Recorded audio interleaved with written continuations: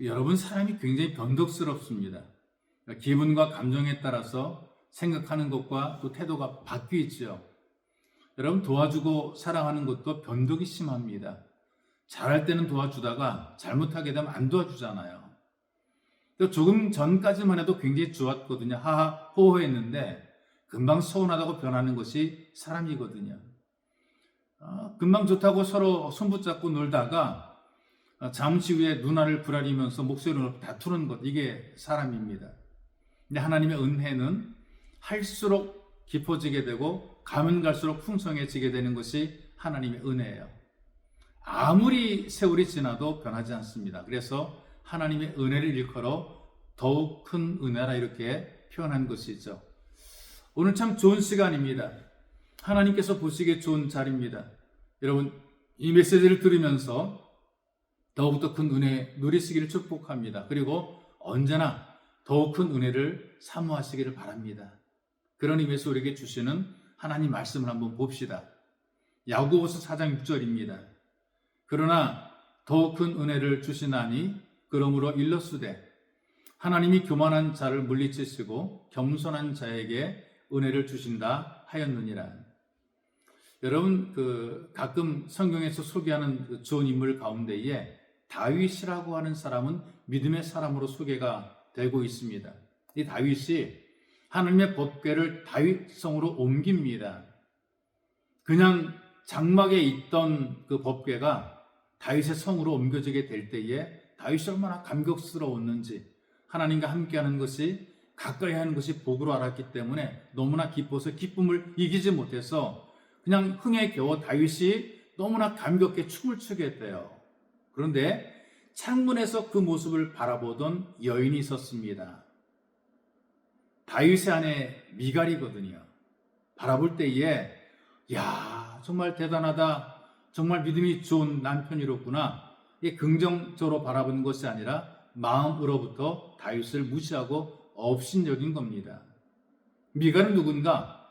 사울의 둘째 딸, 사울 왕의 둘째 딸이에요. 어렸을 때부터 왕궁에서 자랐죠. 왕가의 예절과 법도를 익혔죠. 풍족한 가운데 성장했어요. 그렇기 때문에 자기는 고상하고 격조 높고 품위를 지닌 여성이라고 생각을 했습니다. 지금도 다윗의 아내로 왕비란 말이죠. 그러나 다윗은 어떤 사람이냐?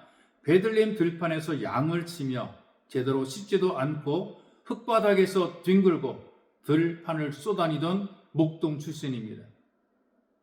자기는 왕족이고 다윗은 목동 출신입니다. 그래서 왕족인 자기의 눈으로 바라볼 때에 다윗의 모습 속에서 천박함이 묻어나게 되는 것이죠. 그래서 이 미갈은 남편 다윗에 대해서 우월감을 가지게 돼요.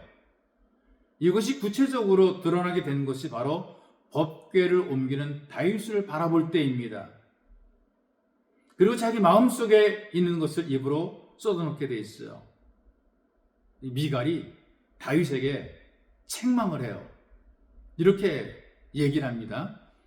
방탕한 자가 염치 없이 자기 몸을 드러내는 것처럼 오늘날 그 신복의 계집동 눈앞에서 몸을 드러냈도다. 방탕한 남자가 자기 몸을 막 드러내고 막 그 사람들 유혹하는 것처럼 그 천한 계집들 앞에서 왕이 자기 몸을 드러냈다는 거죠.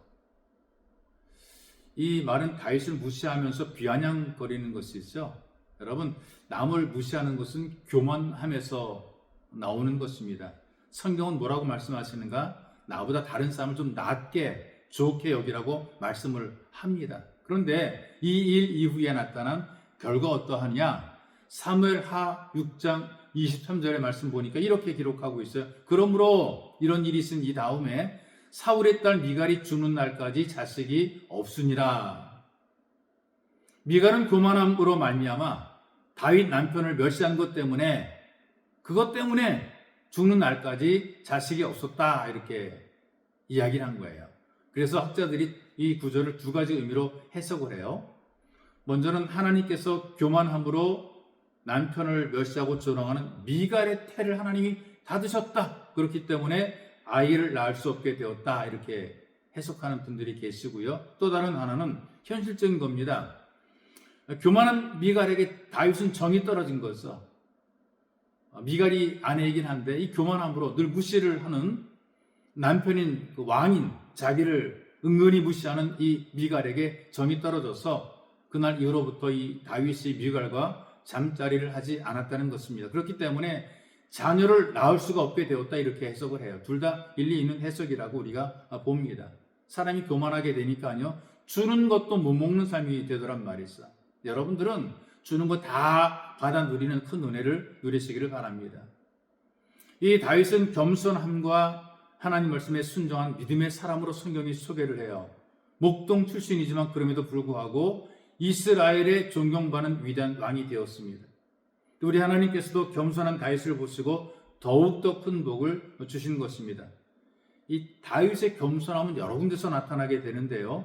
사울 왕을 죽일 수 있는 기회가 있었어요. 자기를 죽이려고 하는 이 사울 왕을 죽일 수 있는 기회가 있었는데 하나님의 일을 위해 부름받은 사람을 내 감정으로 내 기분으로 내 원수라고 함부로 해치지 않겠다라는 겸손한 태도를 가졌단 말이 있어. 이런 겸손한 태도가 성공을 이루어가는 성공적인 삶을 살아가는 굉장히 중요한 요소가 됩니다. 겸손하게 되니까 사람들로부터 신뢰를 얻게 되더라고요. 사람들이 굉장히 그를 좋아하더라고요. 그리고 지속적으로 성장해요. 나를 믿어달라 이렇게 외치지 않더라도요. 사람들이 겸손한 다윗을 알아서 믿어주더라고요. 이 겸손함으로 더욱더 큰 복을 받게 된 거죠. 겸손함으로 더욱더 큰 은혜를 누리게 됐습니다. 여러분들도 겸손함으로 더욱 큰 은혜를 누리시기를 주님의 이름으로 축복합니다. 살아계신 하나님 고맙습니다. 주께서 우리를 사랑하셔서 우리의 부족함을 알게 하시고 우리의 모자람을 깨닫게 하시고 우리는 은혜 없이는 살 수 없다라는 간절함으로 하나님께 기도하게 도와주시고 예배에 동참하게 도우시니 하나님 고맙습니다. 잘 감당해서 지혜로운 일꾼 될 수 있도록 복에 복이 더해지게 만들어 주옵소서. 주님, 우리가 정말 겸손한 자가 되어서 하나님 손에 붙잡혀 하나님 앞에 쓰임받고 복의 통로가 되며 더욱더 큰 은혜를 계속 누리도록 인도해 주옵소서. 예수님 이름으로 기도하옵나이다. 아멘.